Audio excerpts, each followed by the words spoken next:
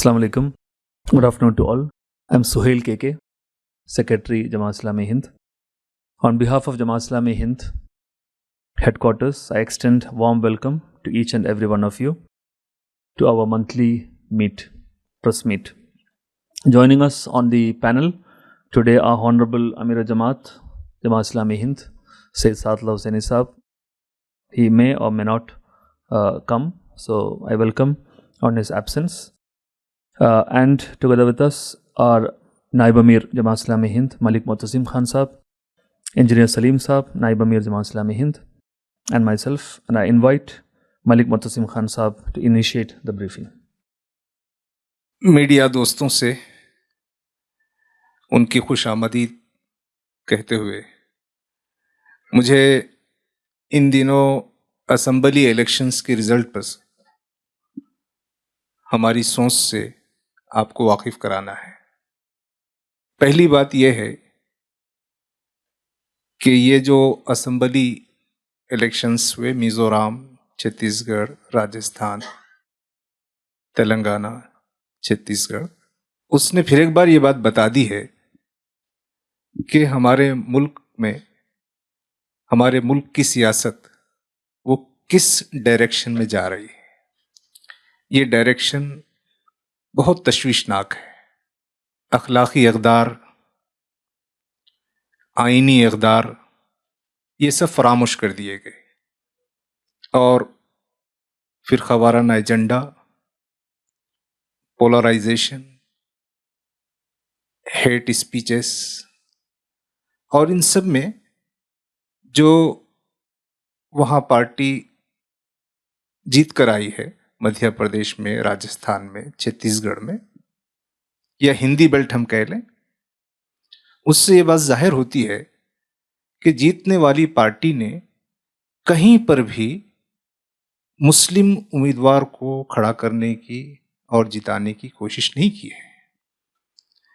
तो एक पूरा कम्युनल पोलराइज्ड और जो बहस मुबाहिसे हुए हैं उसमें कहीं पर भी एम्प्लॉयमेंट, एजुकेशन और क्रिमिनलाइजेशन से दूर करना, करप्शन से दूर करना, तो जो मुल्क को, कौम को, देश के शहरियों को जिन इश्यूज से गहरा ताल्लुक़ है वो सब गायब।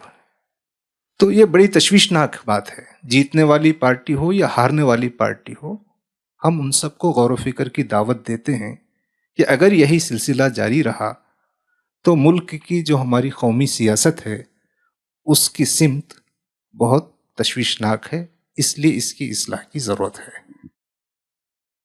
जो दूसरी बात इस मौके पर रिजल्ट्स के बारे में कहनी है कि जो अपोजिशन पार्टीज़ हैं उनको जहां वो जीते हैं, मसलन तेलंगाना, और जहां वो 3 जगह हार गए हैं, उससे सबक हासिल करना चाहिए। अपोजिशन पार्टी की जो सबसे बड़ी खराबी सामने आई है कि केयरलेस, नॉन सीरियस, कोई प्रिपरेशन नहीं, और जिन लोगों को कैंपेन का जिम्मेदार बनाया गया वो अफराद सही नहीं, जो टिकटों की तकसीम की गई उसमें संजीदगी नहीं। तो गैर संजीदा, गैर जिम्मेदाराना और बगैर तैयारी के हिस्सा लेने से वो नाकामी हमारे सामने आई है। तो ये सबक हासिल करना चाहिए। दूसरा जो सबक हासिल करना चाहिए अपोजिशन पार्टी को कि वो कर्नाटक में जीत चुके और अब भी तेलंगाना में जीते हैं, लेकिन हिंदी बेल्ट में जीत नहीं सके हैं। उसकी वजह यह है कि उन्होंने जो हुक्मरान पार्टी है मरकज में, उसी के ट्रैप में फंस गए। सॉफ्ट हिंदुत्व जो इख्तियार किया जाता है वो अपोजिशन पार्टी को कामयाब नहीं बनाएगा। अपोजिशन पार्टीज को उनके जो दस्तूर में और जो आईनी इक़दार हैं उस पर, और मुल्क की जो सही सियासत है उस पर उन्हें करनी होगी, वही सियासत से वो कामयाब हो सकती हैं। तो ये सबक हासिल करने पर वो 2024 के पार्लियामेंट के इलेक्शन में कोई परफॉर्म कर सकते हैं। इस मौके पर जो मीडिया है उससे भी ये बात अर्ज करनी है। जो असेंबली रिजल्ट्स में जो जाहिर हुआ है हिंदी बेल्ट वगैरह में, कि वो जो हुक्मरान पार्टी है, जीतने वाली जो पार्टी हिंदी बेल्ट में, वो उसका नुमाइंदा ना बन जाए। बेशक ऐसे मीडिया में लोग हैं, ऐसे मीडिया हाउसेस हैं जो सही बात भी पेश करते हैं, लेकिन मजमूई तौर पर वो इससे बाज आए।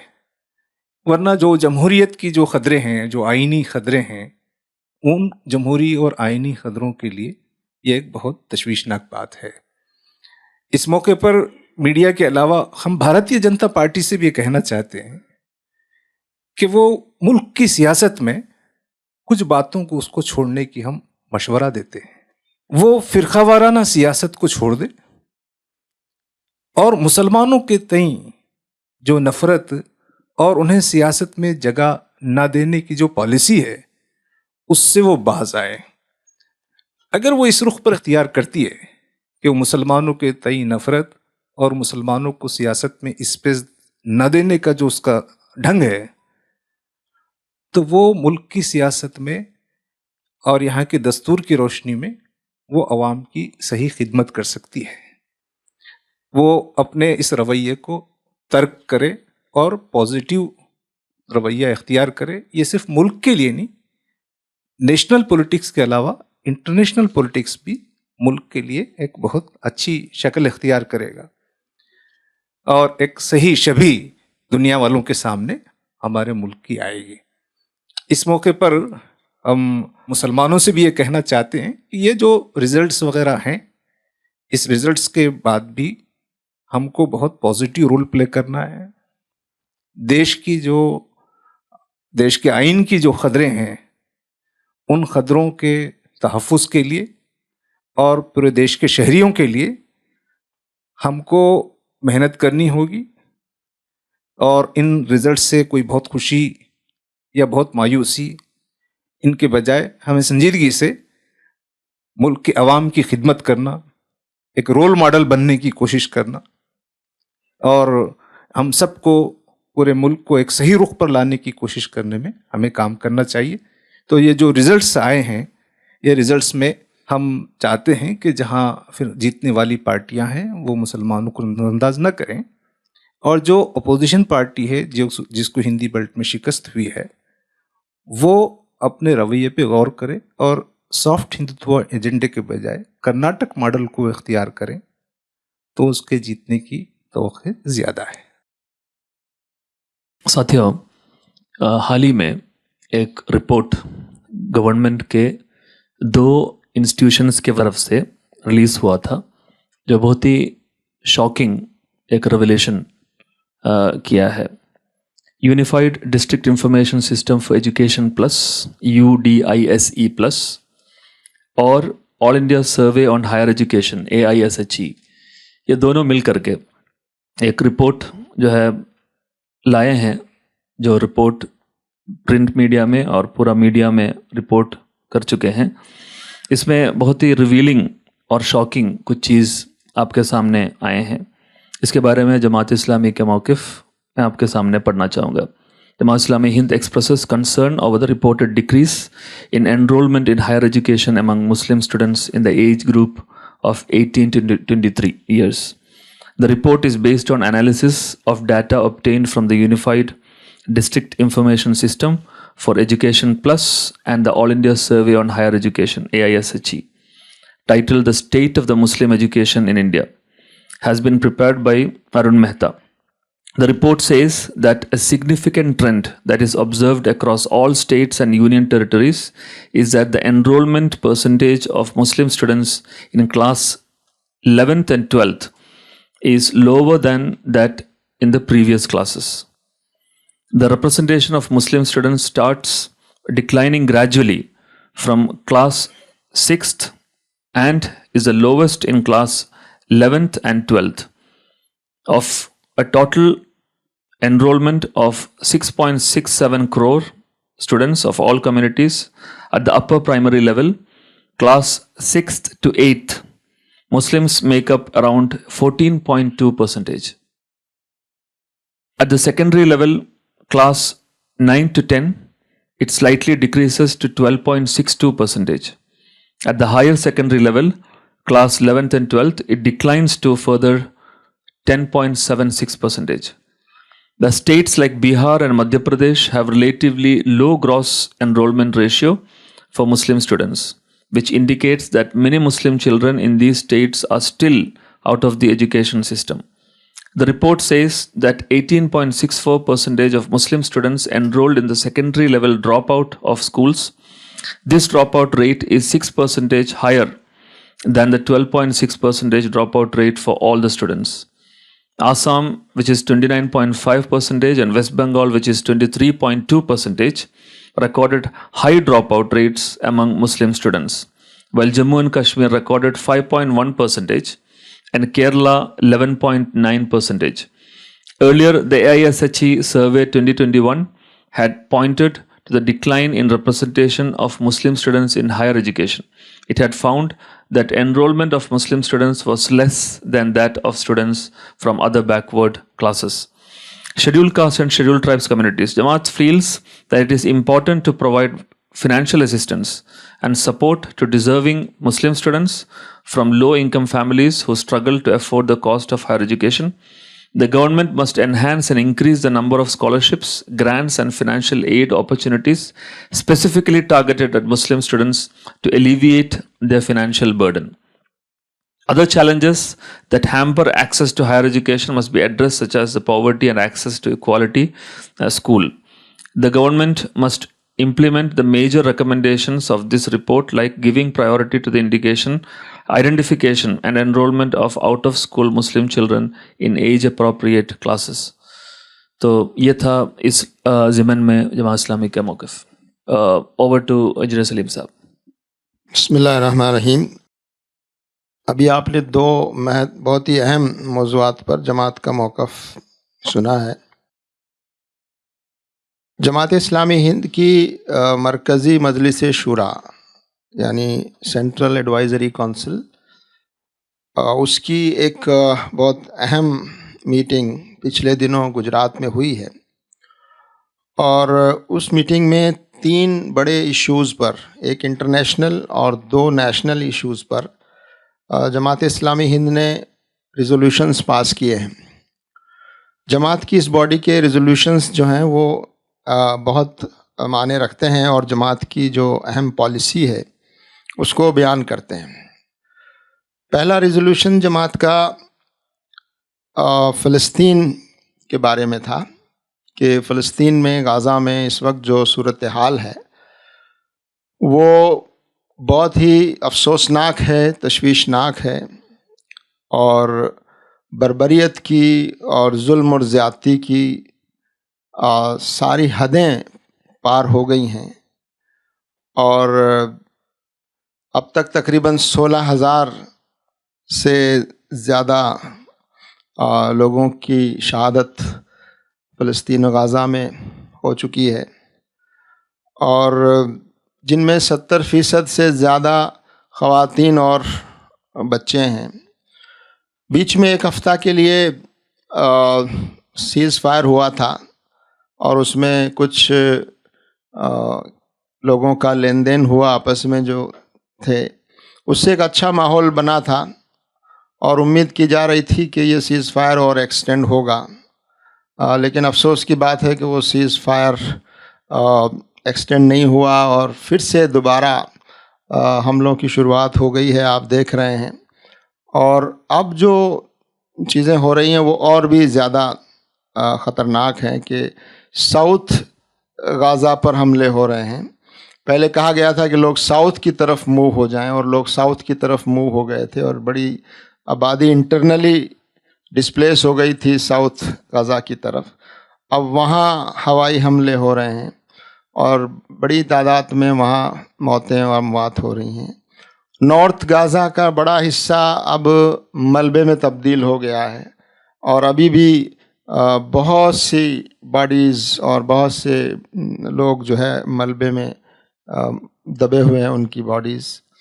तो जमात इस्लामी हिंद ये महसूस करती है कि इसमें इसराइल के प्राइम मिनिस्टर के ख़िलाफ़ इंटरनेशनल क्रिमिनल कोर्ट में उनके ख़िलाफ़ क्रिमिनल मुकदमा चलाया जाना चाहिए और दुनिया और आलमी जो ममालिक हैं उनसे ये बात कही गई है कि वो इस मामले में इंटरवीन करें और गज़ा में जो तबाही हो रही है और जो हमले हो रहे हैं उसको रोकने में अपना मौसर किरदार अदा करें और उसके रिकन्स्ट्रक्शन के लिए लोग आगे आएं।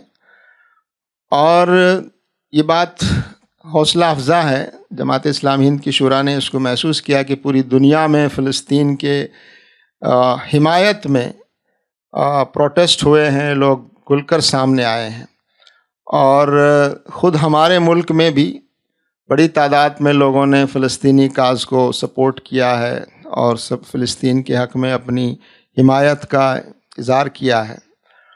दुनिया से ये अपील भी करती है जमात इस्लामी हिंद कि वो फ़लस्तीन की एक आज़ाद और ख़ुद मुख्तार रियासत के क़याम में वो अपना रोल अदा करें। ख़ास तौर से हमारे मुल्क की हुकूमत से भी हमने ये बात कही है कि उसका जो हमेशा से जो मौक़िफ़ रहा है फ़लस्तीन की हिमायत का, उस मौक़िफ़ पर वो डटी रहे और मज़बूती के साथ अपने डिप्लोमेटिक रिलेशंस का इस्तेमाल करके और वो इसमें इंटरवीन करे और फ़लस्तीनियों को उनका मुल्क मिले, इसकी संजीदा कोशिश हमारे मुल्क की तरफ से की जानी चाहिए।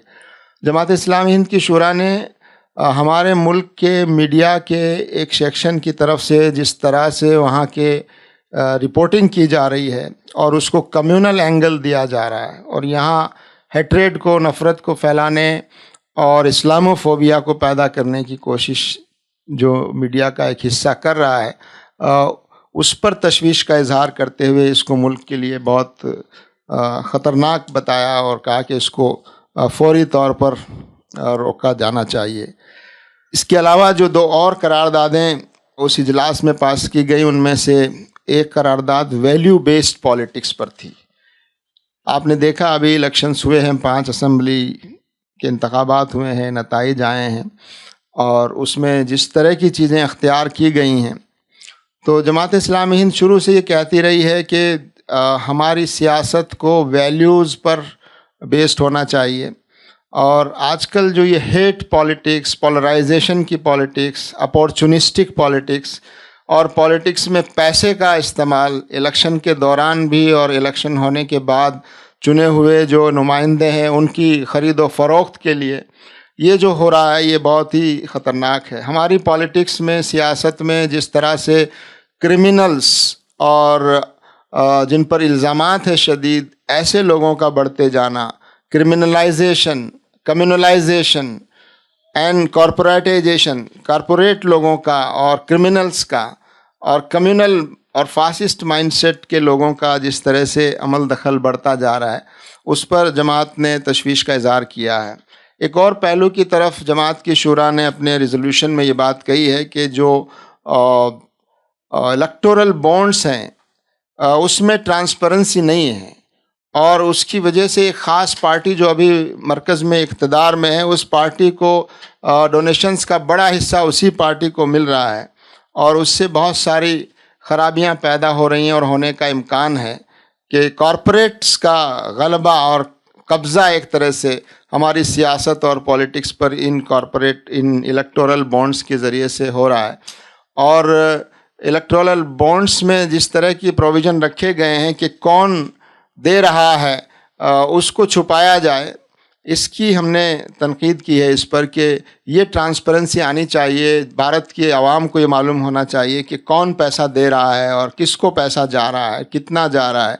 जब आप एक आम शहरी से 10,000 रुपये के ट्रांजैक्शन पर भी उसकी डिटेल मांगते हैं और जानना चाहते हैं उसका सोर्स, तो पॉलिटिकल पार्टीज़ को जो इतनी बड़ी बड़ी रकमें मिल रही है उसका सोर्स जानना और वो किसको दिया जा रहा है, ये आवाम का हक़ है और इसमें ट्रांसपेरेंसी आनी चाहिए और अदालत भी इसमें अपना रोल अदा करे और हुकूमत को चाहिए कि इसके लिए ज़रूरी क़वानीन बनाने चाहिए ताकि इसमें ट्रांसपेरेंसी आए। आखिरी जो रिज़ोल्यूशन था हमारा, वो हुकूमतों की जानिब से जिस तरह से ब्यूरोक्रेसी का और गवर्नमेंट इंस्टीट्यूशंस का बेजा और गलत इस्तेमाल किया जा रहा है पॉलिटिकल फ़ायदा उठाने के लिए, कि ईडी का इस्तेमाल, सीबीआई का इस्तेमाल, इनकम टैक्स के केसेस। आपने अभी इन 5 रियासती असेंबली इलेक्शन के दौरान भी देखा कि कई रियासतों में जहां अपोजिशन की हुकूमतें थीं वहाँ ईडी का इस्तेमाल किया गया और सीबीआई का इस्तेमाल किया गया और लोगों की आवाज़ दबाने की कोशिश की गई, और हुकूमत के ख़िलाफ़ उठने वाली जो आवाज़ें हैं उसको इन इदारों के ज़रिए दबाने की कोशिशें, ये हमारी डेमोक्रेसी के लिए, ये हमारे जमहूरी निज़ाम के लिए बहुत ही नुकसानदेह है और उसको ये कमज़ोर करने वाली है। और इससे हमारे इदारों पर, हमारी ब्यूरोक्रेसी पर जो आवाम का ट्रस्ट है, उनका जो भरोसा है, वो आहिस्ता आहिस्ता कमज़ोर होता जा रहा है। तो जमात इस्लामी हिंद ये महसूस करती है कि एक मज़बूत डेमोक्रेसी के लिए ज़रूरी है कि वहाँ अपोजिशन भी मज़बूत हो, हुकूमत के ख़िलाफ़ बोलने की आज़ादी हो और उस आज़ादी को बचाना ज़रूरी है।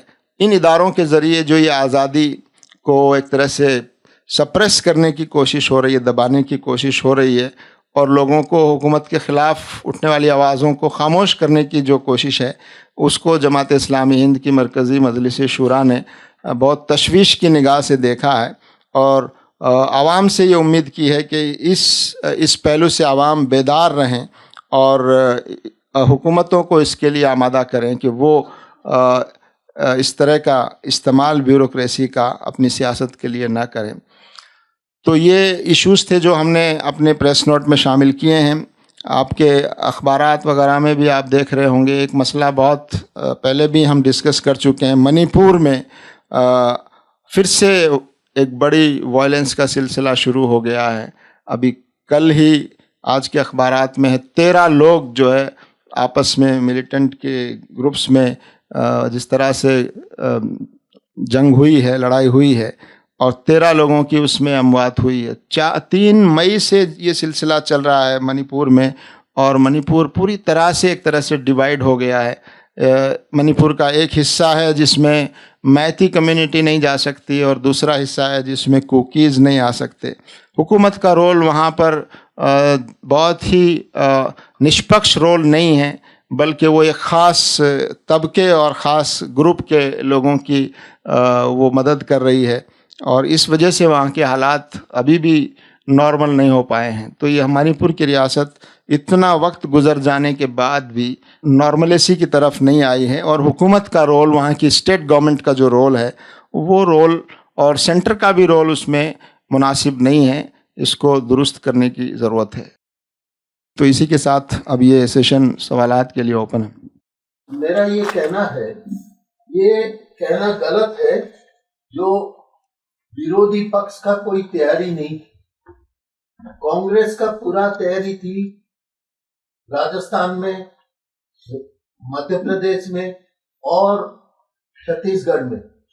छत्तीसगढ़ में जो सत्ता में आए बीजेपी, ये ईडी के ब्लेसिंग से आए हैं, क्योंकि ईडी ने भूपेश बघेल के बारे में जो कार्रवाई की है, और कम वक्त था भूपेश बघेल को रिस्पॉन्ड करने का। दूसरा ये है, जो मध्य प्रदेश में ये मोदी का कोई करिश्मा नहीं है, ये शिवराज सिंह चौहान का है। और दूसरा ये है, जो मणिपुर में एनडीए ने हारा है। जी सर, मेरा एक सवाल है इसमें, जो अभी ये इलेक्शन हुए 4-5 साल, जो कि इससे पहले भी जब भी इलेक्शन हुए तो हमेशा जो विपक्षी पार्टियां हैं, चाहे वो कांग्रेस हो, समाजवादी पार्टी हो, तमाम कोई ना कोई गठबंधन बनाकर सामने आती है। लास्ट टाइम इंडी गठबंधन आया, उससे पहले महागठबंधन आया, उससे पहले भी जो है कई तरह के गठबंधन। लेकिन जैसे ही चुनाव नजदीक आते हैं, अगर हम हाल ही की बात करें तो मध्य प्रदेश में इसी तरह देखना पड़ा, जहां अखिलेश यादव ने अपने कैंडिडेट उतारे, आम आदमी पार्टी ने अपने उतारे। तो आपको नहीं लगता कि जो तमाम विरोधी पार्टियां हैं वो सिर्फ कैमरे के सामने या फिर लोगों को दिखाने के लिए एक साथ होती हैं, अदरवाइज सब अपने अपने एजेंडे पर काम कर रही हैं? आपकी बात हमारे इस बात की तस्दीक कर रही, तायीद कर रही है कि जो अपोजिशन पार्टीज़ हैं उनको सीरियसनेस का प्रिपेयर का और कैंपेन के अच्छे लोग हों, टिकटों की सही तकसीम हो। इलेक्शंस तो एक वॉर ऑफ नैरेटिव्स है, एक वॉर ऑफ परसेप्शन है, वॉर ऑफ स्ट्रेटजीज है, एक वॉर ऑफ प्रोपेगेंडा के तौर पर है। तो इन सब में हम अगर वहाँ देखें तो राजस्थान में बहुत अच्छा माहौल था और इस बात का यकीन था, अवाम चाहते थे कि वहाँ जो अब सरकार है वो बाकी रहे, लेकिन वहाँ जो आपस के उनके, आप जानते हैं कि जो लोगों के ताल्लुकात हैं हुक्मरान चीफ मिनिस्टर साहब के और उनके दूसरे जो उनके साथी हैं, तो वो सब ने वो यानी हुकूमत बनाने और जीतने के बजाय एक दूसरे को कम करने के चक्कर में वो, तो इसको हम कह रहे हैं कि नॉन सीरियस हैं वो, जो है देश के और रियासत के अवाम के बजाय उन्होंने एक दूसरा एजेंडा ले लिया। आप मध्य प्रदेश में देखिए कि वहाँ पर समाजवादी पार्टी से वहाँ की कांग्रेस कुछ अलायंस कर सकती थी, कुछ कम सीट कुछ ज़्यादा सीट, लेकिन वो बात नहीं हो सकी। फिर आप देखिए कि उनके जो बयानात है, एक तो जो वहाँ अब कमलनाथ साहब को जो बनाया गया, उनका ताल्लुक बेसिकली मध्य प्रदेश से नहीं है, वो कहीं दूसरी रियासत के रहने वाले हैं, वो आए हुए हैं, छिंदवाड़ा में रहते हैं। तो बेसिक वहाँ हमको कोई ऐसी लीडरशिप डेवलप करना चाहिए जो वहाँ मध्य प्रदेश की हो, ये, और वो थोड़ा माइंड भी साफ हो, उनके बारे में राय अच्छी नहीं है। तो वहाँ जीतने के सीट्स थे, वहाँ पर वो लोग जो है उनकी कारकर्दगी अच्छी नहीं रही। मैं ये कह रहा हूँ कि जनता नहीं हारी है, ये बात कि वहाँ जनता जो है वो चाहती थी कि अपोजिशन लोग ही आएँ, लेकिन ये अपोजिशन पार्टियों की नाकामी है कि वो जनता की ख्वाहिश को पूरा नहीं कर सक रहे हैं। छत्तीसगढ़ में भी ऐसी है। छत्तीसगढ़ में वहाँ पर वो जो बघेल साहब है, उन्होंने उस एजेंडे को लेने की कोशिश की जो एजेंडा बीजेपी का है। उनको वो जो कॉन्स्टिट्यूशनल वैल्यूज है उसी के बुनियाद पर उनको लाया गया था, वो उसके ऊपर कायम रहते, मेहनत करते। तो जनता तो ये चाह रही है कि कॉन्स्टिट्यूशन वाली पार्टियां आए, लेकिन ये अपोजिशन जो है अवाम की इन आरजुओं को पूरा करने की जो सख्त मेहनत की जरूरत है वो नहीं करिए, हमारा कहना है। मलिक साहब, आपकी हिमायत के बावजूद भी कांग्रेस हार गई, तो आप कांग्रेस को क्या मशवरा देना चाहेंगे? पहली बात। दूसरी बात है कि तेलंगाना में बीआरएस ने ऐसी कौन सी गलतियां की थी जिसको देखते हुए आप लोगों ने कांग्रेस की हिमायत की, जबकि बीआरएस की पॉलिसियां मॉनेटरी के हक में बहुत ज़्यादा बेहतर मानी जाती थी। तीसरी बात ये कि क्या इन इंतखाबी नताइज की रोशनी में 2024 के लिए आप सियासी पार्टियों को और मुसलमानों को कोई मशवरा देना चाहेंगे? जी, जहाँ तक तेलंगाना का ताल्लुक है, वहाँ पर जो बीआरएस पार्टी है उसके 10 साल हो गए थे। तो बेसिकली एक अवाम में एंटी इनकम्बेंसी जो कहते हैं वो पैदा हो गई थी। तो वहाँ पर भी वो एंटी इनकम्बेंसी फैक्टर है, और वो जो वहाँ हुक्मरान हैं केसीआर साहब चीफ मिनिस्टर, उनका जो अवाम से जो फासला है, अवाम के साथ कुर्बत होनी चाहिए, तो उनका स्टाइल ऑफ गवर्नेंस, वो स्टाइल ऑफ गवर्नेंस और एंटी इनकम्बेंसी ने उनको हराया है। अब वहाँ जहाँ तक कांग्रेस वहाँ पहले से भी मजबूत है, इन दिनों कमज़ोर पड़ गई थी, तो उनको एक बेहतरीन मौका मिला। तो ये जो माइनॉरिटीज़ की बात है, वहाँ जो बीआरएस की कारकर्दगी से वहाँ के माइनॉरिटीज़ का भी एक बड़ा पार्ट ये सोचने लगा था कि 2024 में हमको कांग्रेस को सपोर्ट करना है। 2024 में अगर हमको कांग्रेस को सपोर्ट करना है तो क्यों नहीं इस असेंबली इलेक्शन ही में उसको हम आगाज करें, ये असल बात थी। वरना वहाँ माइनॉरिटीज़ बहुत ज़्यादा नाराज़ नहीं थी, इसलिए उनको भी अच्छा मिला है। आप देखेंगे कि 60-65 अगर कांग्रेस को मिले हैं तो 40 सीट्स जो है बीआरएस को भी मिले, तो इससे साफ जाहिर है कि माइनॉरिटीज़ का एक हिस्सा बीआरएस को भी वोट दिया है। लेकिन ये जो फैक्टर्स थे वो काम कर गए। जहाँ तक दूसरी रियासतों में अपोजिशन पार्टियों का कांग्रेस वगैरह को तायद मशवरे का है, हमारी जो तायद है वो तायद तो इसीलिए है ना, सेकुलर वैल्यूज़ के लिए है, कॉन्स्टिट्यूशनल वैल्यूज़ के लिए है। राजस्थान में और मध्य प्रदेश में, छत्तीसगढ़ में ऐसा कोई ऑप्शन नहीं था कि वहाँ बीजेपी के बाद हमारे पास कोई और ऑप्शन हो कि हम कांग्रेस के अलावा कहीं और किसी की तायद करें। ये खुद भी एक यानी जो मुल्क की सियासत पे हम सब तबसरा कर रहे हैं, अब तो 2 पार्टी सिस्टम की तरफ आ रहे हैं, बल्कि बीजेपी तो चाहती है कि 1 पार्टी सिस्टम रहे। ये बहुत तशवीशनाक है। मल्टी पार्टी सिस्टम रहना चाहिए। अपोजिशन में भी सिर्फ कांग्रेस ना रहे, अपोजिशन में और पार्टीज भी रहना चाहिए। ये मुल्क की सियासी इक़्तिदार के लिए, आइनी इक़्तिदार के लिए, कॉन्स्टिट्यूशनल वैल्यूज़ के लिए बहुत अच्छा है। तो हम चाहते हैं कि वो अपोजिशन जो सेकुलर वैल्यूज़ की हों, वो अफराद हों, वो ताकतवर बने। हम हमारी कोशिश करते रहेंगे, लेकिन खुद पार्टियों को ताकतवर बनना चाहिए। हमारी मदद से क्या होता है, हम तो मदद करेंगे, लेकिन मदद लेना जिसको है, जिसको वो अगर तैयार ना हो और वो ज़्यादा मेहनत ना करे, तो हमारी मदद से उसको क्या फ़ायदा पहुंच सकता है। इसमें एक बात मैं अर्ज़ कर दूं, ये एनालिसिस कि कौन क्यों जीता, क्यों हारा, ये आप लोग भी करिए, हमने भी कुछ किया है। तो यहाँ हम जिस वजह से बैठे हैं वो ये कि इन नताइज के बाद जमात इस्लामी हिंद इन पॉलिटिकल पार्टीज़ के लिए और हिंदुस्तान की आवाम के लिए क्या मैसेज दे रही, वो हमने अपने प्रेस नोट में दिया है। और आप सब जानते हैं कि जिन चीज़ों की तरफ हमने इशारा किया है उनमें यह है कि एक तो ये हेट बेस्ड पॉलिटिक्स, कम्युनल और पोलराइजेशन की जो पॉलिटिक्स है वो इस मुल्क के लिए बहुत ख़तरनाक है और उसका ही मुजाहरा अभी भी हो रहा है। रियल इश्यूज़ जो हैं वो आवाम के वो डिस्कस नहीं हो रहे हैं। रियल इश्यूज़ के बेस पर लोग इंतखाब में हिस्सा नहीं ले रहे हैं। तो इस माहौल को बदलने की ज़रूरत है। दूसरी तरफ सियासी पार्टियों को भी अपनी वैल्यूज़ और सेक्युलरिज़म और डेमोक्रेटिक वैल्यूज़ की बुनियाद पर यूनाइट होने की ज़रूरत है। जो पार्टियां इस मुल्क में फासिज़म को अपने लिए ख़तरा समझती हैं, उनको चाहिए कि वो अपने जो मफादात हैं, उनके जो इंटरेस्ट हैं, उनसे ऊपर उठकर, पर्सनल इंटरेस्ट, पार्टी इंटरेस्ट से ऊपर उठकर इस मुल्क को फासिज़म और कम्युनलिज़म से बचाने के लिए उनको यूनाइट होने की ज़रूरत है। और इस इलेक्शन में जो कमज़ोरी नज़र आ रही है, ज़ाहिर है उस पर हम पार्टियों को ये कहते हैं कि आपको अपने रवैये पर विचार करना पड़ेगा, गौर करना पड़ेगा। अगर इस अपॉर्चुनिस्टिक अंदाज में अगर आप आगे बढ़ेंगे तो इस मुल्क को फासिज़म और कम्युनलिज़म से नहीं बचा सकते हैं।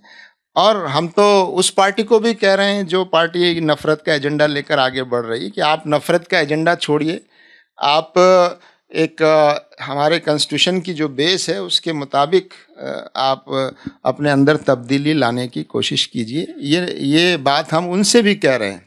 इंजीनियर सलीम साहब से मेरा ख़ास तौर पर सवाल है। मुझे ऐसा लगता है कि मैं समझ नहीं पा रहा हूँ कि जमात इस्लामी की प्रेस कॉन्फ्रेंस है, ये किसकी प्रेस कॉन्फ्रेंस है। ज़रा वाज़ेह करके मुझे बताएं कि आपने जिस बात को रेज़ किया है वो वैल्यू बेस्ड पॉलिटिक्स है।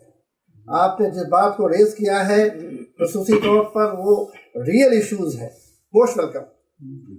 लेकिन इसके पहले जो बात आ गई है, जो मैं अभी तक जमात इस्लामी को जिस हद तक समझा है, प्रेस कॉन्फ्रेंस में आता हूँ पाबंदी से, इसके पहले भी पढ़ा है, कहीं पर भी कम्युनिटी की बुनियाद पर, रिलीजन की बुनियाद पर कभी भी ये बात नहीं कही गई, स्टैंड नहीं लिया गया है, to the best of my knowledge. लेकिन आज मुस्लिम कैंडिडेट की बात को लेकर के जिस तरह से कहा गया कोई मुस्लिम कैंडिडेट नहीं आया, ये जमात इस्लामी का की पॉलिसी का हिस्सा नहीं होता है, कभी नहीं हुआ है। एक बात। दूसरी अहम बात यह है, जो नैरेटिव सेट कर दिया जाता है रूलिंग पार्टी या वेस्टेड इंटरेस्ट के जरिए, उसी में हम बह जाते हैं। अगर कल द वायर में जो योगेंद्र यादव का जो तबसरा आया है, वीडियो तबसरा, अगर उसको ज़रा सुन लेते आने के पहले, तो होमवर्क कर लेते हम लोग, तो शायद हमें अंदाज़ा होता। उन्होंने यही कहा है कि जो नैरेटिव सेट कर दिया जाता है उसी में हम बह जाते हैं। नहीं तो उन्होंने उन पॉइंट्स को बताया है जो पॉइंट को दबा दिया गया इस इलेक्शन के रिजल्ट में। जैसा कि उन्होंने कहा कि वोट परसेंटेज वाली बात जो है वो हमें हिम्मत दिलाती है इन तमाम स्टेट्स के इलेक्शन में। इसका मतलब अवाम अब भी आपको दूसरे एजेंडे पर नहीं सोच रही है। इसी तरह से उन्होंने एक एक स्टेट के एक एक पॉइंट को उठाकर, मैं सिर्फ आप जी जी इस पर मत जाइए कितने लोग जीते कितने लोग हारे। हाँ बताइए क्या सवाल, नहीं हमसे क्या सवाल है वो बताइए। मेरा सवाल तो आ गया ना जी, सवाल का जवाब सुनिए। हाँ जी जी जी देखिए, जमात इस्लामी हिंद यकीनन तमाम आवाम के लिए बात करती है और अपना जो भी मौक़िफ़ इलेक्शन में वो लेती है वो वैल्यूज़ की बुनियाद पर लेती है। आपने देखा होगा इन असेंबली इलेक्शंस में भी हमने हर कंस्टिट्यूंसी के लिहाज से कैंडिडेट्स को देखकर, वहाँ के हालात को देखकर, कौन कम्युनल फासिस्ट फोर्सेस के ख़िलाफ़ उम्मीदवार जो है मजबूत है, तो कहीं किसी पार्टी को भी किया है, कहीं दूसरी पार्टी को भी किया है, कहीं इंडिपेंडेंट्स को भी किया है, कहीं बीएसपी को भी किया है, कहीं सीपीएम को भी किया है। तो हमारा जो फोकस है वो वैल्यूज़ पर है कि कहाँ कम्युनल फोर्सेस को आप रोक सकते हैं, एक बात। दूसरी बात ये कि एक मजबूत डेमोक्रेसी के लिए हर तबके का रिप्रेजेंटेशन जब तक हर मैदान में नहीं होगा, सोसाइटी में नहीं होगा, पॉलिटिक्स में नहीं होगा, तब तक वो डेमोक्रेसी मजबूत नहीं होगी। तो अगर हम ये कहते हैं कि कोई पार्टी ख़ास तौर से मुस्लिम्स को उनके मज़हब की बुनियाद पर रिप्रेजेंटेशन में आने से रोक रही है और साफ नज़र आ रहा है, तो इसको उठाना ज़रूरी है और ये इंसाफ का तकाजा भी है कि हम उस बात को उठाएं। अगर कहीं किसी और तबके का रिप्रेजेंटेशन कम होता है या किसी और का होता है, लेकिन यहाँ तो एक पार्टी ख़ास तौर से मैसेज देना चाहती है कि मुस्लिम्स का रिप्रेजेंटेशन नहीं होना चाहिए। उस पार्टी ने अपने 5 इनमें इंतखाबात में असेंबली में किसी मुस्लिम कैंडिडेट को टिकट नहीं दिया है। तो मुस्लिम्स भी इस मुल्क का बड़ा हिस्सा है, वो डेमोक्रेसी का पार्ट है। तो इसलिए ये वैल्यू के ख़िलाफ़ है, इसलिए हम वैल्यू की बुनियाद पर ही इसको ऑब्जेक्ट कर रहे हैं। और सिर्फ आज ये मुस्लिम्स के साथ हो रहा है, कल किसी और रिप्रेजेंटेशन को भी आप देखेंगे। तो इसी तरह हमने कास्ट सर्वे जो पिछले दिनों आया है उसकी हिमायत की है और ये बताया है कि ये बात तय होनी चाहिए कि आखिर इस मुल्क में जो लोग रहते हैं कहाँ कितना रिप्रेजेंटेशन उनका हो रहा है। अगर ये बिगड़ा हुआ है रिप्रेजेंटेशन, तो ये इस मुल्क की डेमोक्रेसी के लिए और इस मुल्क की तरक्की के लिए मुनासिब नहीं है। यहाँ पे ये पॉइंट है, तो एक सवाल इसी में से निकल रहा है कि आखिर बीजेपी जब बहुत ज़्यादा कैंडिडेट को किसी जगह खड़ा कर देती है तो लगता है कि उसको भी हम पसंद नहीं कर रहे हैं। एक पॉइंट ये है। दूसरा पॉइंट ये है, यूपी में जिस तरह से कोई नहीं जीता, कोई कैंडिडेट नहीं था, तो एक मुस्लिम को वजीर बना दिया गया। अब मध्य प्रदेश और राजस्थान में ये बात सोची जा रही है, तो वो तो रिप्रेजेंटेशन दे रहे हैं, अगर वो जीत के नहीं आता है तब भी। देखिए, दो बड़े ख़तरों में कोई कंपैरिजन नहीं है। ये मुल्क कम्युनल और फासिस्ट रास्ते पर जाए, ये एक बहुत बड़ा ख़तरा है।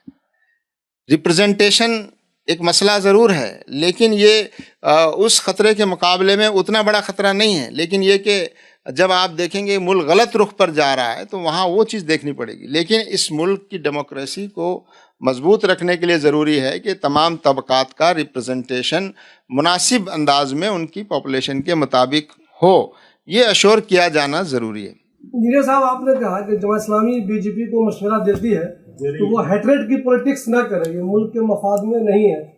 लेकिन जब उनको हेट्रेड की पॉलिटिक्स से ही फायदा होता है तो वो इससे बाज क्यों आ जाए, वो क्यों ना करें हेट्रेड की पॉलिटिक्स? हम मशवरा देने से नहीं रुकेंगे और मशवरा देते रहेंगे, सबको देंगे। और जो लोग फासिस्ट कुव्वतों के मुकाबले में सॉफ्ट हिंदुत्व की पॉलिसी अपना रहे हैं, उनको भी हम मशवरा दे रहे हैं कि आप भी फासिज्म का और कम्युनलिज्म का मुकाबला ये सॉफ्ट हिंदुत्व से नहीं कर सकते हैं। आपको भी हार्ड कोर सेक्युलर वैल्यूज़ और कॉन्स्टिट्यूशनल वैल्यूज़ के साथ मैदान में आना पड़ेगा। तो हम तो सबको मशवरा दे सकते हैं और देंगे। मशवरा कोई माने ना माने, हम मुल्क के बारे में और मुल्क के आवाम के बारे में हम ज़्यादा फिक्रमंद हैं। हाँ, एक सवाल मेरा यही है, आप पॉलिटिक्स के बारे में कह रहे, सेकुलर बेस्ड होना चाहिए, कंप्रिहेंसिव होना चाहिए। तो लॉ कमीशन ने 99 में एक वो जो आपने रिकमेंडेशन दी थी, उसमें ये कहा था कि जो विनिंग कैंडिडेट है उसको 50% सम पॉइंट जो है वोट लेना चाहिए, सिक्योर करना चाहिए। तो ये जो हमारा जो इलेक्शन का निज़ाम है यहाँ पर, इंडिया की कंडीशन को सूट नहीं करता है, वो जुआ टाइप का इलेक्शन है। तो जाहिर बात है, जब 50% वोट लेने की बात आएगी तो सबको साथ लेके चलना पड़ेगा। जो आप जिस मशवरा दे रहे दोनों भी पार्टियों को साथ लेना पड़ेगा, सबको रिप्रेजेंटेशन देना पड़ेगा। तो ये मुतालबा क्यों नहीं करते आप? मुतालबा करते रहें, ये मुतालबा बराबर करते रहें। जी जी जी। बहरहाल अभी तो इलेक्शन के नताइज पर हम बात कर रहे हैं। ये एक बड़ी तब्दीली है जो हम भी चाहते हैं और शुरू से ये मांग उठती रही है कि ऐसे मुल्क में एक प्रोपोर्शनेट रिप्रेजेंटेशन का जो निज़ाम है, बहुत से लोग इसकी तायद करते हैं और काफ़ी लोग इसके बारे में कहते रहें, लिखते रहें, लेकिन जाहिर है कि ये एक बड़ी तब्दीली है जो इलेक्शन के निज़ाम में आने की है। उसके लिए तो अलग से मुहिम और पूरे मुल्क में एक माहौल बनाने की ज़रूरत पड़ेगी। सलीम साहब, मेरा एक सवाल है। मध्य प्रदेश में और कई रियासतों में आरएसएस ने बीजेपी की खुफिया तौर पर मदद की, डोर टू डोर मीटिंग की और बीजेपी ने ज़्यादा चुनाव को नहीं बनाया। तो जमात इस्लामी ने कांग्रेस की किस तरह मदद की मध्य प्रदेश में, राजस्थान में, दूसरी रियासतों में? और तेलंगाना में जैसा कि कहा कि आपने कांग्रेस को सपोर्ट किया कि एंटी इनकम्बेंसी थी, 10 साल की सरकार थी, तो क्या मगरबी बंगाल में ममता बनर्जी की सरकार को 15 साल हो जाएंगे अब, तो अगली बार आप भी वहाँ कांग्रेस को या किसी और पार्टी को सपोर्ट करेंगे? और तेलंगाना में कांग्रेस ने मुसलमानों को वहीं टिकट दिया जहाँ पहले से एमआईएम के उम्मीदवार जीतते हुए आ रहे हैं।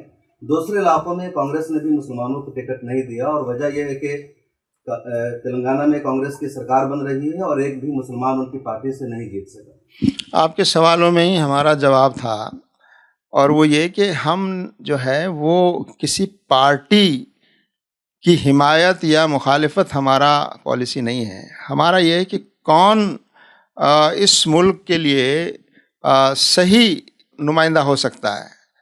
और आप देख रहे हैं कि हम इस मुल्क के लिए फासिज्म और कम्युनलिज्म को एक सबसे बड़ा ख़तरा मानते हैं। उसको रोकने के लिए जहाँ जो उम्मीदवार उसका मुकाबला करने की सबसे मजबूत पोजीशन में है, वहाँ हमने उसकी तायद की है, चाहे वो किसी पार्टी का हो। तो तेलंगाना में भी हुआ है, वही हुआ है जो आपको शायद पूरी तफसील नहीं मालूम होगी। 69 सीट पर हमने कांग्रेस की हिमायत की है, 41 सीट पर बीआरएस की हिमायत की है, कुछ जगहों पर एमआईएम की हिमायत की है, एक जगह सीपीएम की भी हिमायत की है। तो और राजस्थान वगैरह में भी इस तरह के, अब जहाँ जो जितनी ज़्यादा सीट्स पर जो उम्मीदवार फ़िरका परस्त और फासिस्ट कुव्वतों के मुकाबले के लिए मजबूत है, उसके बारे में गौर किया। कई जगह इंडिपेंडेंट्स की हमने हिमायत की जी, सबको खुश करने की कोशिश की है। खुश करने की नहीं, हमने उस खतरे से मुकाबला कौन कर सकता है ये देखने की कोशिश की। वही तो सबसे बड़ा खतरा समझते हैं हम। लेकिन तमाम जो भी जातियां हैं, चाहे बिहार में देखे M22 समीकरण का होता है, मुस्लिम यादव, तेजस्वी यादव, लालू यादव की पार्टी, अखिलेश यादव की पार्टी, समाजवादी पार्टी, सभी पार्टियां, लेकिन यादव भी जो है वो भी वोट करते हैं अपने फायदे के लिए कहीं ना कहीं बीजेपी को। लेकिन मुसलमान एक तरफा दुश्मनी कब तक मोल लेगा? मुसलमान वैल्यू बेस्ड पॉलिटिक्स करता है। तो आपकी ये वैल्यू बेस्ड पॉलिटिक्स के ऊपर एक सवाल मैं करना चाहता हूँ कि आपने कहा कि मुल्क के अंदर जो है मॉरल वैल्यूज पॉलिटिक्स होना चाहिए। क्या मुस्लिम जमातें, जिसमें जमात इस्लामी भी शामिल है, हालांकि मुस्लिम जमात को उसको नहीं कहा जा सकता, तो क्या मॉरल वैल्यूज के लिए चंद दिनों के अंदर मीटिंग करके एक लिस्ट तैयार करके कि भाई इन लोगों को वोट दे दीजिए, आपको लगता है कि क्या इसका असर होता है? दूसरी बात, क्या मॉरल वैल्यूज के पैगाम को पहुंचाने के लिए कभी आप लोगों ने कौमी जमातों के लीडरों के साथ बाज़ाब्ता मीटिंगें की है, उन तक अपना मैसेज पहुंचाया है? और क्या 2024 के चुनाव को मद्देनजर रखते हुए आप इस तरह की कोई स्ट्रेटजी बनाएंगे कि आप ये करते हुए नजर आए कि मुल्क के अंदर मॉरल वैल्यूज के लिए आप मेहनत कर रहे हैं और कौमी जमातों को अपने साथ देने की कोशिश कर रहे हैं? ये तफसीलात बताने के लिए एक अलग प्रेस कॉन्फ्रेंस थोड़ा सा बता दीजिए। मुख्तसर सुन लीजिए। देखिए, जमात इस्लामी हिंद का जो टोटल प्रोग्राम, हाँ, जो टोटल प्रोग्राम है वो पूरा सामने रखना चाहिए। उसका एक हिस्सा ये इलेक्टोरल पॉलिटिक्स है। तो पूरे टोटल प्रोग्राम में हम समाज में जिस तब्दीली की तरफ आप इशारा कर रहे हैं, उसी तब्दीली के लिए हम सुबह शाम और सिर्फ इलेक्शन के मौके पे नहीं, इलेक्शन के हटके भी आम दिनों में भी काम करते रहते हैं। और जो पॉलिटिकल लीडर्स का आप जिक्र कर रहे हैं, उनसे हम मुलाकात का सिलसिला जारी रखते हैं, इलेक्शन से पहले भी और इलेक्शन के दौरान भी। और ये जो हमारे ख्यालात हैं कि मुल्क में अखलाकी इक़दार पर मबनी सियासत हो, करप्शन, क्रिमिनल जो चीज़ें हैं वो ख़त्म हो और आवाम के जो हकीकी ज़रूरतें हैं उसके ऊपर बातचीत हो, वो कांग्रेस के हों या समाजवादी पार्टी के हों या आप पार्टी के हों या बीआरएस पार्टी के हों, उन सब से मुलाकात होती है, उन सब पर इस पर बात की जाती है। इलेक्शन में जिसको वोट दिया जाए, किसको वोट नहीं दिया जाए, किस पार्टी के साथ हम बात करें, जाहिर है कि जब इलेक्शन आ जाता है तो उस मौके पर तो जो अवेलेबल सर्कमस्टांसेस होते हैं उसमें मुल्क के लिए जो मुफीद है और समाज के लिए जो नुकसानदायक है उसके दरमियान इम्तियाज़ किया जाता है। बाज़ मुकामात पर कहीं ऐसा भी हो सकता है कि हमने बाज़ मुस्लिम उम्मीदवार या मुस्लिम जो पार्टी होती है, जैसे थोड़े दिनों पहले उत्तर प्रदेश में इलेक्शन हुआ था, वहाँ एक पार्टी ने 100 जगह अपने कैंडिडेट्स खड़े कर दिए थे, लेकिन हम उनके बजाय वहाँ पर हमने दूसरी पार्टी को भी इंतखाब किया था। तो मसला मुल्क के अंदर आईनी इक़दार, कॉन्स्टिट्यूशनल वैल्यूज़ और आवाम के हित में जो बात है उसको हम इख्तियार करते हैं। सिर्फ इलेक्शन के मौके पर नहीं, आम दिनों में भी उस सिलसिले में काम होता है। इलेक्शन के मौके पे जिस सिमत में हम लोगों को चाहते हैं उस सिमत में ढकेलने की या राय अम्मा बनाने की कोशिश करते हैं। एक सवाल ऑनलाइन में आया है, क्योंकि ये प्रोग्राम ऑनलाइन लाइव है, तो बहुत सारे सवाल आते हैं, उसमें सबसे रेलेवेंट सवाल यहाँ पूछना चाहूँगा। तेलंगाना असेंबली इलेक्शंस में कांग्रेस या बीआरएस का एक भी मुस्लिम कैंडिडेट नहीं जीत पाया है, इसका क्या वजह हो सकती है? देखिए कि जो कांग्रेस ने और भी जगह टिकट दिया होगा, लेकिन 2 बड़े उम्मीदवार थे कांग्रेस के। एक मोहम्मद अली शब्बीर नाम है जो कांग्रेस से थे, वो साबिक में मिनिस्टर भी थे, सीनियर कांग्रेस लीडर हैं। और दूसरे जो मोहम्मद अजहरुद्दीन थे जो साबिक क्रिकेटर हैं, वो पॉलिटिक्स में कितने सीनियर हैं नहीं मालूम, लेकिन जहाँ जुबली हिल्स से दिया गया था, जुबली हिल्स में जो एमएलए जीते हैं वो उन्होंने वहाँ उनका बहुत रिकॉर्ड पुराना है खिदमत का, सर्विस का, और वो बहुत उनके सियासी असरात हैं। तो जुबली हिल्स में वो जीतने का वो कोई अहम सबब नहीं है, उनकी सर्विसेज है। उनके मुकाबले में अजहरुद्दीन साहब वहाँ पर बिल्कुल एक पहली बार वो कॉन्टेस्ट कर रहे हैं और वहाँ उनके कोई पॉलिटिकल सर्विसेज का रिकॉर्ड नहीं है, तो वो जीत तो एक कोई उसमें कम्युनल नॉन कम्युनल कोई कलर नहीं है, उनकी सर्विसेज का है। मोहम्मद अली शब्बीर साहब की भी कॉन्स्टिट्यूंसी वो कामारेड्डी थी, और अगर कामारेड्डी कॉन्स्टिट्यूंसी में होते वो ज़रूर जीत जाते, लेकिन वहाँ उनकी असल कॉन्स्टिट्यूंसी जिस पे उनकी तकरीबन 20-25 साल सर्विसेज है, वहाँ से उनको हटा देकर एक दूसरी कॉन्स्टिट्यूंसी में उनको टिकट दिया गया।